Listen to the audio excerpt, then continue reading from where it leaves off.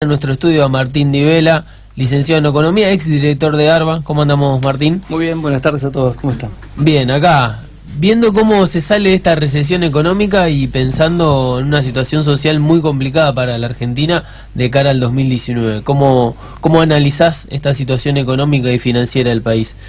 Mirá, yo creo que ahí claramente la economía argentina entraba en un proceso recesivo a partir de abril, sobre todo la incertidumbre cambiaria que ha habido. Y creo que las proyecciones ya no más del presupuesto, incluidos en el presupuesto nacional, y que por supuesto se toman a los fines del presupuesto provincial, claramente reflejan la gravedad de la recesión y el alcance, como decís vos, del impacto que va a tener sobre todo sobre los más vulnerables. Cuando vos agarras el presupuesto que te dice que va a caer 2,4% del PBI este año, casi 0,5% del año que viene, las estimaciones del Fondo Monetario Internacional son cada vez más altas, donde el consumo privado y el público caen, donde la inversión es menor, creo que nosotros entramos en un proceso que se va a ver complicado, no menos que hasta el principio del segundo semestre, y las proyecciones no son buenas tampoco. La verdad que me gustaría, por ahí siempre no somos un poco más optimistas. Claro, me encantaría, pero la realidad es que cuando vos tenés una parte del producto, el 60% del producto más, lo explica la demanda agregada, el consumo de todos nosotros, y donde el salario está por debajo de los aumentos de la inflación, donde un bono de 5.000 pesos pagado en cuotas en algunos casos, en otros pago a cuenta de futuros aumentos salariales, claramente te demuestra que la situación va a tener un esquema complejo, y sobre todo cuando uno apuesta todo a una cosecha, digamos. La verdad que sería bárbaro, que sea récord, que realmente, pero los avatares del tiempo son complejos. Hay una emergencia agropecuaria por granizo en Mendoza, las lluvias son buenas, pero no muchas. Mira, te digo con condición de causa, mi hermano es productor agropecuario, y siempre, viste, el tiempo es una variable que no se puede medir, no se puede racionalizar. Entonces creo que y el marco que poner todo en un solo instrumento, y poner todo incluso a consideración y como política económica en el marco del Fondo Monetario Internacional, con la realidad que ha vivido el fondo, sinceramente creo que es una situación compleja en lo que hace a la economía real. La financiera es mucho más complejo de explicar. Creo que hoy el dólar cerró 37 y pico, pero la verdad es que con una tasa del 70% lo que cruje es la economía productiva. Entonces me parece a mí, y eso el Fondo Monetario como gran articulador o como gran regente de la política económica, creo que trae complicaciones te diría hasta en mediano plazo. Realmente yo no soy optimista con respecto ni hablar. El cierre de año está jugado, es negativo de acá a la China, y el año que viene un semestre. Lo que pasa es que los números, porque vos pensás que para que siga cayendo el año que viene todavía con una caída del 2,4 este año y 0,5, las expectativas son pocas, considerando también que el sector agropecuario es un sector con una participación a producto muy pequeña, ¿no? Entonces, claro, seguramente es un generador de divisas, no hay duda. Generalmente no es un generador de trabajo, no, claramente que no. Moviliza algunas actividades, las moviliza, yo no voy a decir que no, pero creo que nosotros debemos apuntar a un esquema mucho más inclusivo y diversificado. Y absolutamente. Sí. La provincia, en este contexto de recesión, ¿va a poder recaudar para pagar los sueldos el año que viene? Mira, yo tengo ahí una posición complicada en términos, si lo querés, intelectuales, porque yo creo que la provincia, desde el punto de la recaudación, viene cayendo su recaudación real desde mayo.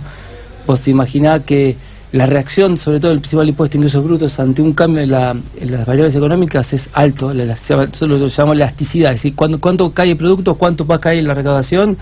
En algunos casos llega a más de 1,5 o 2 veces. Hoy por hoy la recaudación sí viene por debajo del aumento de la inflación.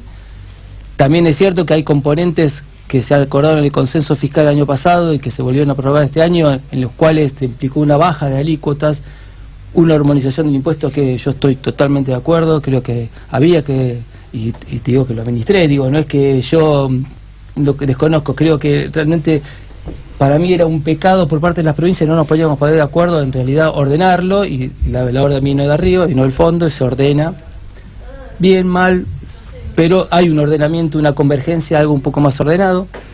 Creo que La provincia de este año ha gastado poco.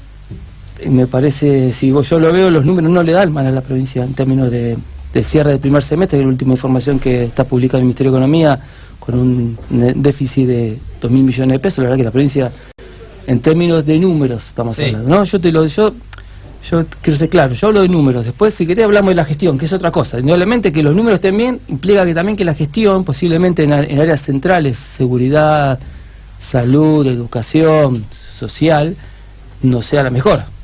Yo te digo, desde el punto de vista de los números. Desde el punto de vista de los números, la provincia hoy está con aumentos salariales escalonados, por debajo de la inflación. Es decir, si yo tengo 100 pesos hoy y yo te doy el aumento el mes que viene, como el aumento de este mes y el del mes que viene, con lo cual no es difícil compensarte nunca, entonces siempre vas a estar atrás. Con los docentes ha sido un caso, si bien ha habido aumentos salariales que a través de un decreto lo institucionalizaron hace muy poco. El tema en términos reales de lo que el dinero, yo lo tengo el dinero, lo hago jugar, y cuando te tengo que pagar, claramente me quedo con algo que me permite mejorar mis finanzas. Eso está reflejado. Martín, recién hablábamos con Leo Nardini, intendente de Malvinas Argentina, nos planteaba que, hablando del presupuesto nacional, el presupuesto provincial, cómo nos cambian las reglas del juego constantemente. Cuando se presentó un presupuesto el año pasado, con algunos hablando de la inflación a distintos tipos de valores, cómo han ido acomodando partidas, la inflación el triple de lo que ellos pregonaban. Como economista, ¿cómo se puede hacer un análisis, digo, a futuro, teniendo en cuenta estos parámetros que ni ellos mismos saben manejar? No, mira, la verdad que creo que, a diferencia del gobierno provincial, te lo digo, creo que el presupuesto nacional realmente se ha incumplido. Ya en el mes de febrero de este año, ya el presupuesto nacional aprobado el año pasado no existe más. No existe más. Cuando empezamos con pautas que eran distintas, con acuerdos, con cambios impositivos, como está. La verdad que yo creo que es más una señal política hacia los actores que veíamos hablando de nosotros recién, como el Fondo Monetario, con actores mucho más duros, como son los países centrales, Alemania, Francia, que nos miran distinto que Estados Unidos. Ustedes saben que el fondo lo maneja básicamente la gente, los europeos, y el Banco Mundial lo maneja Estados Unidos. Tienen todo un acuerdo ahí, y cada uno vota en función de la participación que tiene en el capital del mismo. Creo que ahí me parece a mí que el Fondo Monetario, que el presupuesto nacional es simplemente una cuestión básicamente política. Creo que le va a ser difícil cumplir el déficit cero al Estado, y me parece a mí que es una señal. No obstante eso, yo creo que, a diferencia de los otros presupuestos y en función de haber ido al organismo internacional, implica un corset. ¿En qué sentido lo quiero decir? Que realmente el fondo va a exigir el cumplimiento del presupuesto. Sobre todo la pauta esta de déficit cero, que ustedes son jóvenes, digamos, los que somos más grandes, ya vivimos déficit de caja cero, ya vivimos previo al 2001 todas esas cuestiones, y creo que eso sí es un tema a valorar, y creo que lo que hace la diferencia de este presupuesto en el que viene, va a estar mucho más regulado, mucho más monitoreado, mucho más, va a tener el fondo de una palabra de seguimiento de las cuentas públicas, va a ser mucho más duro, y al comprometerse cumplimiento del presupuesto al desembolso futuro del préstamo, hace que el gobierno nacional también lo tome un poco más en serio. A diferencia, digo, me parece a mí, digo, la provincia se ha manejado, si vos ves los números, los trabajos que hemos hecho, se ha manejado entre los cálculos del presupuesto, un poquito más, un poquito menos. Realmente lo que corre para arriba es la pauta salarial, la partida personal, pero la nación ha hecho del presupuesto una lucha que después en los hechos fundamentales no se cumple, y hoy por hoy creo que realmente el acuerdo con el fondo implica un cambio de condiciones, y muy jugado a que el seguimiento y el cumplimiento de las metas fiscales trimestrales que va a cumplir para los desembolsos sean importantes. A fin de año se prevé que el PBI nuestro va a estar endeudado, o sea, el 93% de nuestro PBI es lo que significa en deuda que ha tomado en la Argentina. ¿Estamos a cuánto? Sí, es lo que informaron ellos. ¿Estamos a cuánto de un default financiero? No, me pedí que si supiera eso. Estamos para la otra liga. Sí, digo, la verdad que esas son cosas de los economistas, ¿viste? Si tenés un déficit de 5 puntos del PBI, entras en zona de riesgo. Si tenés una deuda que supera esto es una cuestión de confianza, básicamente. creo que lo que Argentina busca con el acuerdo con el Fondo Monetario, con el cumplimiento de este déficit cero, con un achicamiento enorme del Estado, del gasto, cosa que no sucede en los países centrales, cosa que realmente no, tenemos un discurso que vamos por un Estado más chico, cuando en los países centrales el rol del Estado es mucho más fuerte que el nuestro. Pero bueno, eso es una discusión para otro tema. Pero digo, creo que sí, que depende, no sé si nos acercamos, pero creo que la situación es compleja. Creo que las cuestiones financieras también están resueltas en el marco del cumplimiento de las metas del fondo para asegurar los desembolsos. Siempre hay waiver para algún lado. Pero yo creo que el gran problema es el día de diciembre del año que viene.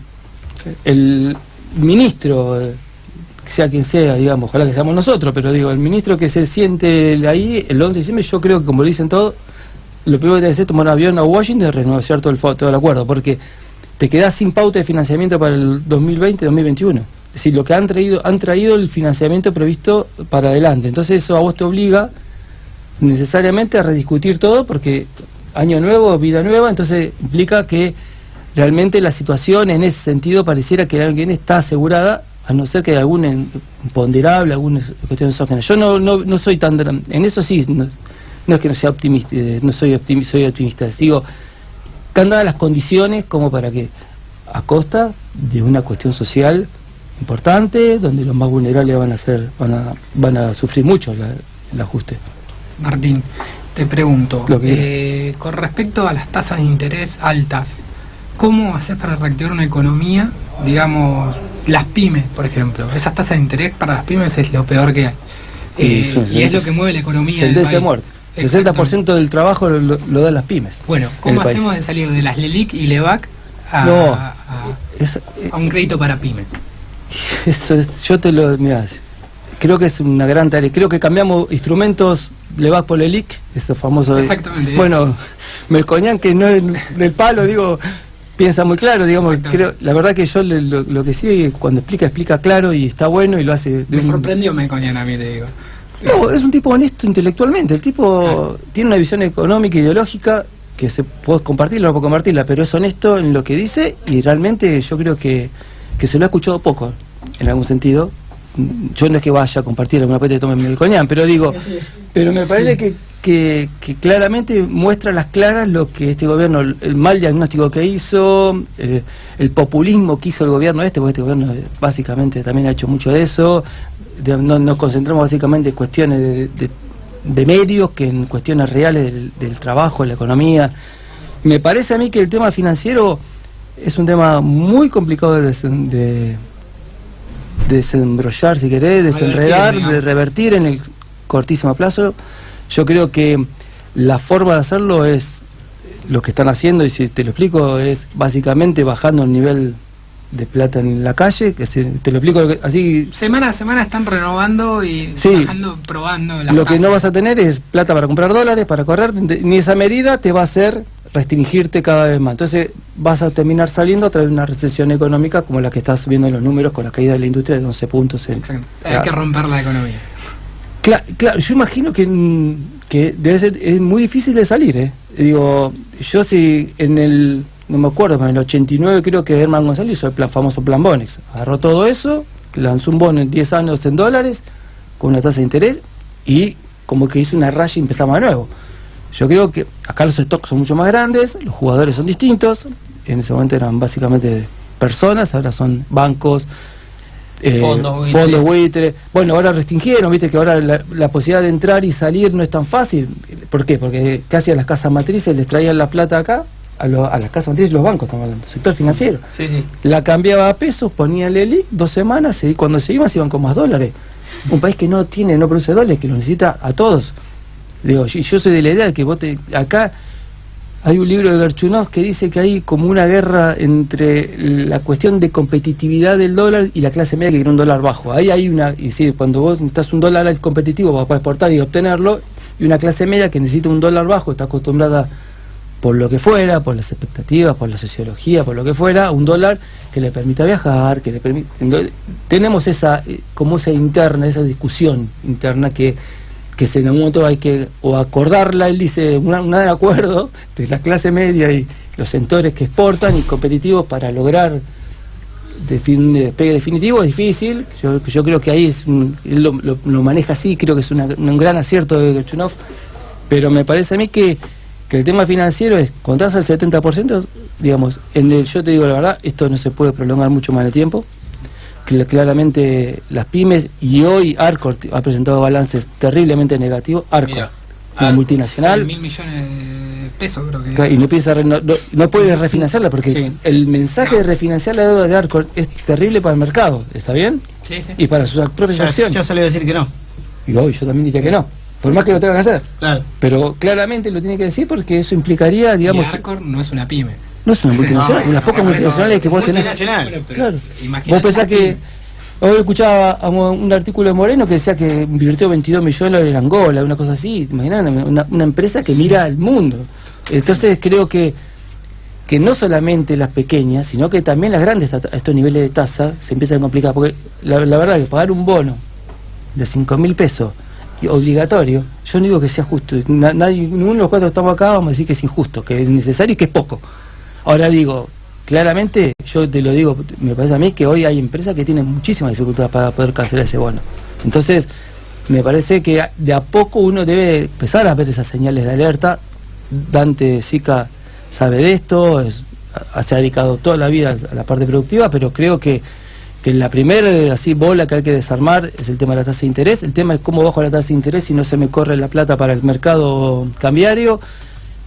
¿Cuáles son las herramientas financieras que le podemos dar? Es decir, si la tengo, vos pensás que parte de esas LELIC son encajes, es decir, el déficit cuasi fiscal del Banco Central comienza a tener dificultades, porque realmente patrimonialmente va a empezar a complicar el banco. Bueno, mirá, fíjate vos lees a Milei y Giacomini escriben a veces en el Cronista Comercial, escriben artículos devastadores contra la política monetaria, y te puedo asegurar que está a la derecha de Friedman, si querés decir, del que te imagines. Entonces digo, imagínate lo que digo, y ellos dan las alertas, digamos, desde el punto de vista, pero yo digo al diagnóstico, yo después las soluciones tienen por ahí tener otra, pero digo, si alguien da esas alertas, donde ya el balance del banco empieza a tener dificultades, donde el déficit fiscal cuasi fiscal empieza a tener complicaciones, donde el pago de intereses se hace cada vez más grande, creo que hay que replantearlo, porque a mí que me baje las tasas del 70 al 69,75 no te mueve. No te va a cambiar, digo, la pyme descuenta cheque a tasas altísimas. Entonces creo que me parece que de a poco hay que empezar a desarmar eso. El tema es cómo hago yo como para que a medida que ese dinero vuelva a la calle, es decir, empieza a desarticular, tengo que darle otro instrumento financiero de más largo plazo a los inversores, estamos hablando, no a la familia, ¿no? Digo, a los inversores, para que se quede más tiempo a una tasa más razonable y que me permita a mí ir bajando los niveles de tasa de interés, porque con estas tasas de interés yo creo que te diría que es decir que de muy corto plazo tiene que haber un cambio, porque las complicaciones son muy altas, sobre todo para la economía real, más que para los agentes financieros. Realmente no hay demasiadas complicaciones, es una linda burbuja con las consecuencias que todos nosotros conocemos. Ustedes son jóvenes, digo, pero las consecuencias de una crisis financiera es terrible. La sufrió Estados Unidos, con la subprime, digamos, nosotros un descalce de esto es importante. Digo, hay que tener cuidado en esas cuestiones, por eso la deuda, si bien es global, lo que me parece más que prestar mucho más atención es a los instrumentos que hoy están utilizando como para poder paliar la corrida cambiaria, porque lo que se intentó es frenar la corrida cambiaria, llegó a la 37, que hoy ya incluso cuál es la competitividad de la moneda, se va a que medirla en función de los cambios reales, si en realidad este valor del dólar te compite con las retenciones que tenés ahora, si sos seguís siendo competitivo. Hay toda una discusión técnica ahí para ver, digo, pero creo que claramente las autoridades monetarias del país van a tener que comenzar a articular fuertemente con el Ministerio de Economía, fuertemente con el Ministerio de Educación, para poder comenzar a desarmar esto, porque se complica. Ante este panorama tan duro que planteas y contraproducente tanto para la provincia como para el país, ¿cuán lejos estamos de la falsa promesa de quitar el impuesto a las ganancias y trabajar el tema de ingresos brutos? Mira, falsa promesa. Sí, básicamente vos pensás que el último informe que presentaron, y con la información que hay, el jefe de gabinete de ministros al Congreso Nacional, pagaban 2.200.000 personas ganancias. En 2015 en cierre pagaban 1.900.000. Si bien hubo avances, y creo que más prolijo o mucho más clarificado el impuesto, creo que si vos te referís a los salarios que pagan impuestos a las ganancias, creo que hoy por hoy estamos un poco alejados de ese esquema. Seguramente se ajuste los mínimos no imponibles y todas las actualizaciones al 31 de diciembre se van a levantar y eso va a permitir, en función de eso, no sé si paguen menos. Lo que sí, lo que hay es ahí hay un trade-off entre el aumento salarial y el aumento inflacionario que hay que jugarlo. Me parece que hoy por hoy es una promesa que, como por esas cuestiones que por eso, viste, cuando uno asesora, esas cuestiones se largan hacia la gente, y la gente, la verdad que es en algún sentido, yo escucho a alguien que dice que es como una estafa electoral, y creo que hay mucho de eso, de alguna estafa electoral, en el sentido de que yo prometo, digo una cosa y después la realidad es otra. Sentados todos los días en lo que en administración o gestión de cosas se hacen muy complicadas. Entonces me parece a mí que en ese sentido, con respecto al impuesto a las ganancias, hay una deuda, creo que va a existir por un tiempo. No sé, si nosotros pensamos que ningún asalariado pague ganancias, podemos entrar a una discusión técnica, si quería teórica. Yo no tengo mis dudas que no paguen, digo, el monto. Eso es, hagamos una línea. Digo, creo que no se puede eximir a los asalariados. Una persona que gana 150.000 pesos por mes y no paga ganancias. Yo tengo mi duda, incluso ideológica, que no la pague. Yo estoy de acuerdo que la pague. Digo, después veamos los valores y los ponemos de acuerdo, pero eso por un lado. Respecto a la parte de ingresos brutos, claramente avanzó el Estado. Ahora digo, avanza. Yo en el año 90 yo ya trabajaba y fue los famosos pactos fiscal del gobierno. Entonces, en ese momento había una caja de conversión, es decir, lo que ustedes llaman convertibilidad, del 1 a 1. Entonces, la política de Caballo, ¿cuál fue? Una deflación fiscal. Es decir, ¿qué quiero decir con esto? Teníamos que bajar los costos para ser competitivos. Como no podíamos mover el tipo de cambio para ser competitivo, se decidió ir por el lado de los costos. Entonces, se intentó un proceso de ajuste de impuestos a los ingresos brutos. Se dividió rápidamente en 4 etapas, se cumplieron 3, la cuarta nunca se cumplió, que era la más cara. Eso fue así. Se revirtió en el 2002, 2003, cuando la realidad económica volvió a un sendero razonable de crecimiento, se fueron bajando todas las 3 etapas y se volvió a grabar de manera diferencial. Bueno, hasta ahí es el marco teórico. Ahora, este gobierno creo que lo hizo mejor, armó una planilla, la consenso y de ajuste. Ahora, si vos me preguntás a mí si realmente hay sectores que no tienen que pagar, si estoy de acuerdo que la presión en algún sentido es alta. Creo que la medida de la baja de las barreras impositivas internas que teníamos también es importante que se hayan bajado. Ahora bien, si me preguntás a mí, yo estoy de acuerdo que los servicios financieros afectados a los créditos hipotecarios no paguen, o sean menor, estoy de acuerdo. Ahora, todos los servicios financieros, no estoy de acuerdo. El sector agropecuario, gran beneficiado con el valor del tipo de cambio, no estoy de acuerdo. Digo, me parece que ahí la política debería ser distinta. Pero como yo te decía al principio, creo que las provincias cometimos un error, muchos años de no poder acordar, ponernos de acuerdo, es muy difícil. Cuando se habla de plata en el sentido de recaudación, y yo he estado sentado ahí, es difícil ponerse de acuerdo, son sectores, pero bueno, realmente creo que se hace un poco mejor que en la década del 90, pero me parece que hay que revisar algunos conceptos, y creo que el ajuste es muy alto para Buenos Aires, en algún sentido, y no hay mecanismos compensatorios. ¿Qué quiero decir con esto? Desde el punto de vista de las fuentes tributarias, no hablo del fondo de conurbano, no hablo del financiamiento de las cajas de seguridad social, sino que hablo desde el punto de vista... Mi postura era, cuando se discutía con el gobierno nacional, era, bueno, yo estoy dispuesto a bajar ingresos brutos si vos me das al gobierno nacional impuesto a los combustibles, si me das impuesto a los cigarrillos, si me das una fuente tributaria. Claro. ¿Está bien? Digo, yo pago caro. Sí, pero esa fue una...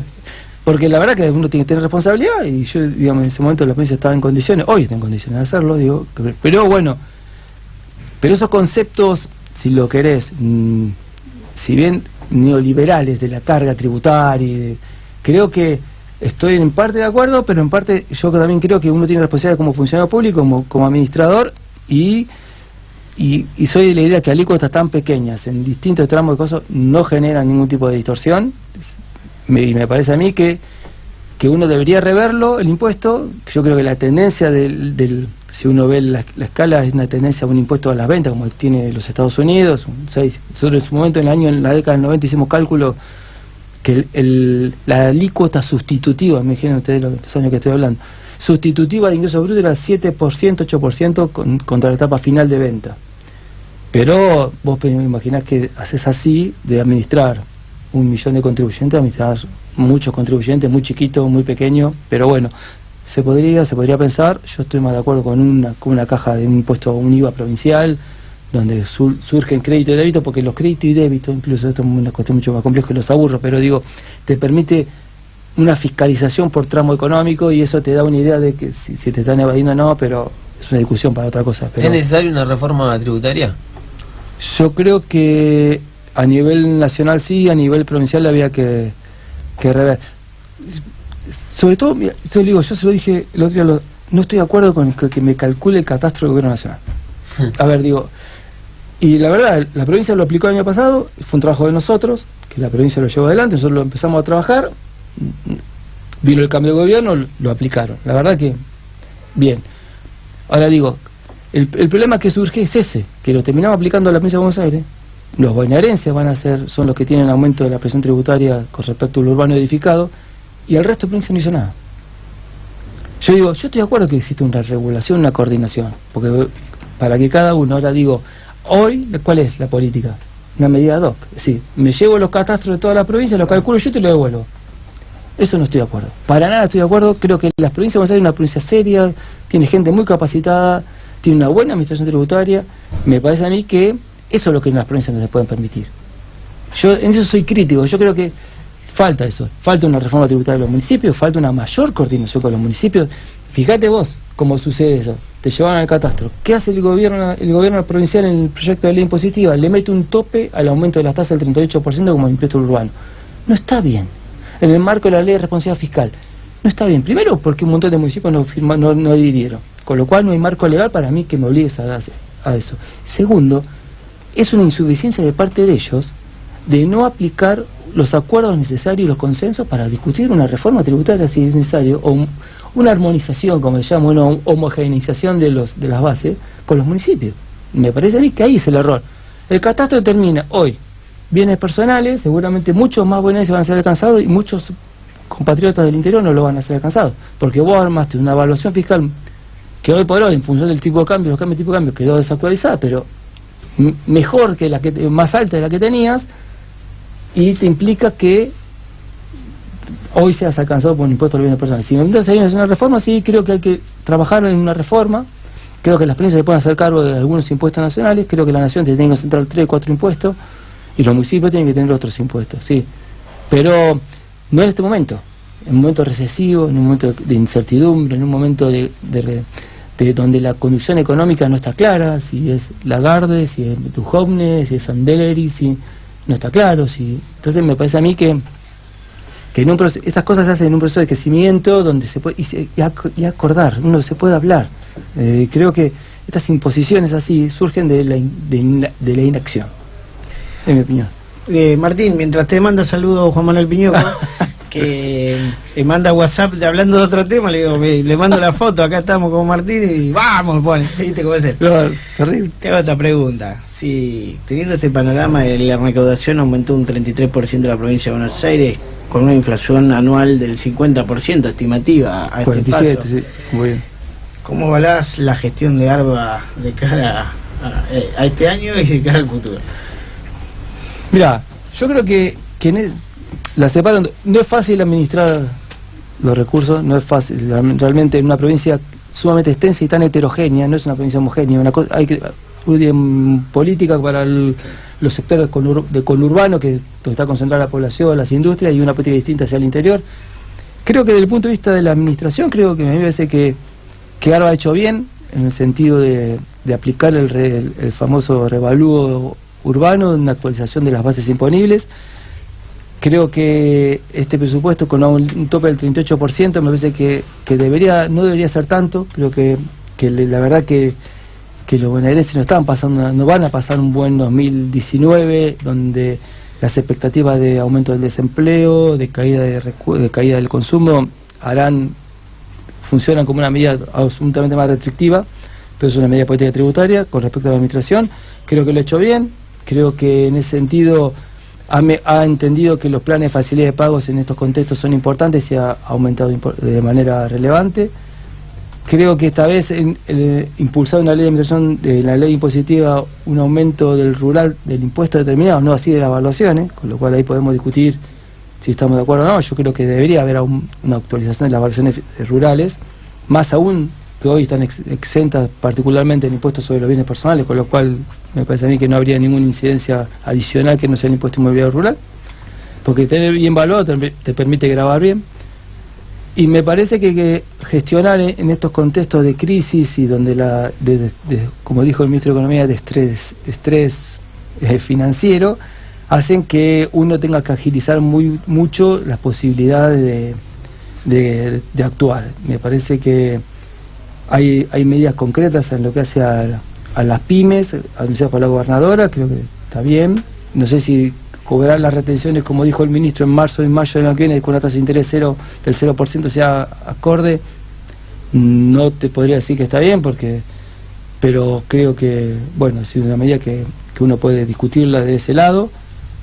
Y la verdad que los niveles de recaudación que hoy se observan en general, y que son por debajo de los niveles de inflación, obedece principalmente a las medidas del consenso y del cumplimiento tan tajante que hizo la provincia. Me parece que debería, si las expectativas de este movimiento económico eran recesivas, deberían haberse postergado, como si se postergó la de sellos, por lo menos mantenerlas por un año más, hasta tanto las condiciones comiencen a mejorar.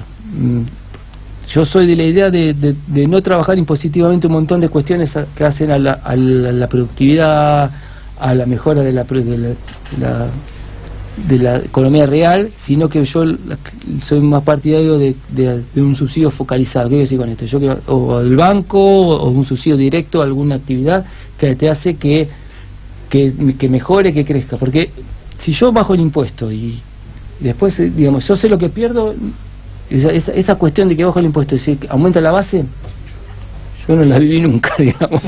Le soy honesto. Entonces creo que uno sabe lo que pierde y no sabe lo que gana. Entonces, en ese marco de incertidumbre, en un contexto de recesión económica, se hace compleja la gestión. Y creo que ARBA está sufriendo hoy por hoy ese tipo de acción, con una política distinta a la que teníamos nosotros en su momento en la gestión anterior, que era con una fuerte presencia del organismo, sobre todo en lugares concretos, en hacer operativos que concienticen y generen la percepción de riesgo, que es, lamentablemente, esa es la realidad de una administración tributaria, la percepción de riesgo. Si uno paga, porque sabe que si no paga tiene consecuencias. Entonces, me parece a mí que en ese sentido, yo creo que es mejor la gestión de percepción de riesgo que una gestión amigable que uno la puede tener de otro lado. Uno puede ser severo en un montón de cuestiones, pero ser amigable y atender las condiciones particulares de cada área. Me parece que eso sí hay que hacerlo. Martín, bueno, la verdad, primero agradecerte por venir al estudio, y segundo, pasar a la etapa mala de este programa, que es el ping-pong. ¿Ping-pong? Sí, con distintos actores. Zafó Leonardini, a vos no te la vamos a pasar. Bueno, está perfecto. Vamos a decirte un par de nombres, puede ser un concepto, puede ser una definición, puede ser una anécdota inclusive. Bueno, va. Yo voy a arrancar con Santiago Montoya. Un gran trabajador. Yo te pregunto por Daniel Scioli. Un muy buen gobernador. Te voy a descolocar un poquito, y de paso que te explayes su actual gestión. Juan Sebastián Verón. Juan Sebastián, yo fui parte de la primera parte de la gestión de Sebastián. Pues sí. El ping-pong así descoloca también. Claro, sí. No, porque ahí me descontracturamos. Me descontracturás. No, yo creo que Sebastián es, sin duda, lo que representa para nosotros que somos hinchas de Estudiantes, una figura emblemática. Me parece a mí que tomó el club cuando yo lo pude acompañar como secretario de Finanzas en su momento, tomó el club en un momento muy difícil, muy complicado. La verdad que financieramente el club estaba en una situación muy complicada, donde tuvimos la oportunidad de poder vender algunos jugadores importantes y sobre el final de la gestión poder intentar articular un crédito con una empresa china que al final no se pudo resolver de manera correcta. Me parece que sí, que es una persona que realmente siente al club como una cuestión muy propia, que soy honesto, lo he visto en poca gente, pocos jugadores, incluso creo que Sebastián es una persona que lo siente al club, y doy fe que ha prestado muchísima atención y muchísima colaboración. Es muy honesto en el sentido de no opinar de cuestiones que por ahí adolece. Yo no opino de fútbol, él confianza plena hacia nosotros. En su momento ustedes piensen que nosotros firmamos cheques, nosotros comprometemos nuestras vidas personales patrimonialmente en una gestión de fútbol, y no es fácil que yo firme un cheque y hacer firmar un cheque a Sebastián o a cualquier vicepresidente que nos acompañe en ese momento, y la verdad siempre una confianza total. Que se caiga un cheque implica que caigamos en deberás, que tenemos algunos problemas puntuales, formales, difíciles, pero sí, me parece que sí. El futuro desconozco. Claramente hoy el club pasa por una situación, al menos desde el punto de vista futbolístico, que es lo que yo puedo observar, difícil, producto de que las condiciones económicas hacen que los recursos son finitos, o se asignan al estadio, se asignan al fútbol, pero quizás sí, con un futuro, al menos en lo que hace a la fase deportiva, que interesante y con muchísima expectativa. Gastón Fossati, el director de ARMA. La verdad que lo he visto un par de veces, me he reunido con él, una persona que entiende el tema. Creo que, si bien ideológicamente y políticamente no compartimos nada, pero entiende el tema con mucha humildad. A mí me llamó, me preguntó mi pensamiento, lo que yo creía que el organismo tenía que modificar, cómo lo veía yo. La verdad que me junté 2 veces, creo, con él en muy buenos términos, y creo que en ese sentido, al menos de los funcionarios que yo conozco, una persona muy abierta y muy perceptiva, y está en un lugar difícil para una provincia que siempre tiene estrechez financiera. ¿Cristina Fernández de Kirchner? Cristina, me lo hace difícil. No, realmente no. Yo le digo, el ping-pong no está para ayudar, todo lo demás no. Llevamos a no hay problema. El ping-pong no ayuda. No, la verdad que creo que es difícil hablar de la doctora, escindirla del marido. Me parece que a nosotros, con mis 50 años, hacen que ha sido una etapa muy positiva desde el punto de vista de los derechos. Creo que la verdad que esos 12 años, con sus más y con sus menos, como lo ha habido, creo que ha sabido llevar adelante un país que es muy difícil. Es mujer, la verdad que no quiero decir, pero digo que es muy difícil, acostumbrados nosotros los hombres, sacando la anterior, que más vale no recordarla, pero creo que lo supo llevar adelante en un mundo difícil, en un contexto internacional sumamente complicado. Me parece a mí que ha marcado hitos históricos en lo que hace a la fundamentación de derechos, y creo que de mi parte se merece lo mejor. Creo que uno, yo no recuerdo si fue Jaurecho, ustedes son los jaurechianos, dijo que uno va a reconocerlo, no reconoce las buenas acciones cuando pasa mucho tiempo. Lamentablemente, Brasil se va a dar cuenta de Lula dentro de 10 años, 20 años, y nosotros nos vamos a reconocer a Cristina dentro de 10, 20 años. Lamentablemente, lo vimos con Alfonsín. La verdad que yo fui a lo que le hizo Daniel acá en el Teatro Argentino, el reconocimiento de Alfonsín, con sus más y con sus menos. Ustedes saben que yo radical no soy, pero creo que se le tuvo que haber reconocido un montón de cosas que hoy se le valoran a Raúl Alfonsín. Creo que a Cristina va a pasar lo mismo, y me parece que es un gran cuadro político. Me parece a mí que la verdad que honestamente está bueno que ese compromiso que existe con la política, independientemente de lo que cada uno piense, que su ideología que tenga, creo que entender la política de que para cambiar las cosas hay que participar, hay que comprometerse. Y creo que Cristina lo ha logrado y me parece a mí que no, se va a valorar cuando más pase el tiempo. Probablemente, hablo así, tenés una campaña mediática en contra. Terriblemente en contra. Encima, desde el punto de vista de muchas cosas, con falsedades, con falta de conceptos, pero me parece a mí que creo que ahora que claramente que el tiempo la va a poner en su lugar, y creo que orador, y esto es para los dos, somos políticos, cientistas políticos, lo que me imaginen, hablar como hablaba ella ante el Congreso, ante nosotros, ante quien fuera, hoy en el Senado de la Nación, con poco papel y con esa oratoria, yo creo que se ha perdido una dirigente en ese sentido, desde el punto de vista del presidente, que les cuesta mucho modular, por ahí a mí también, pero creo que... Pero no somos presidentes nosotros. No, pero claro, exactamente. Creo que yo en eso le tengo una envidia enorme, en la posibilidad de expresarse y hablar con pocos papeles. Yo, no sé si saben ustedes, pero generalmente hablan con líneas, es decir, con conceptos. Bueno, pues tienen puestos los conceptos. Para uno que es funcionario, llegar a eso te cuesta mucho, digo, y podés hablar, yo puedo hablar 40 minutos, 1 hora, pero hablar 3 horas con una hojita y acordarte el número. Yo traje los papeles porque no me acuerdo del número.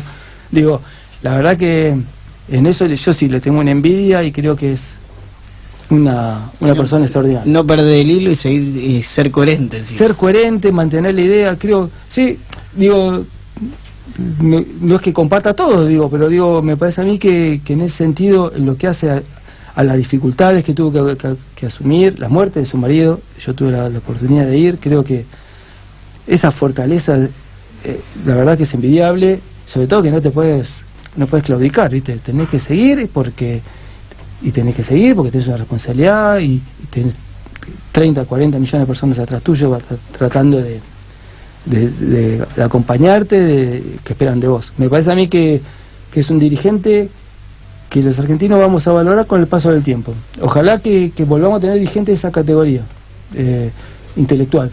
Muchas gracias, Martín. Un gusto. La verdad, un gustazo poder tener esta charla con vos. Un placer, el mío. Seguimos.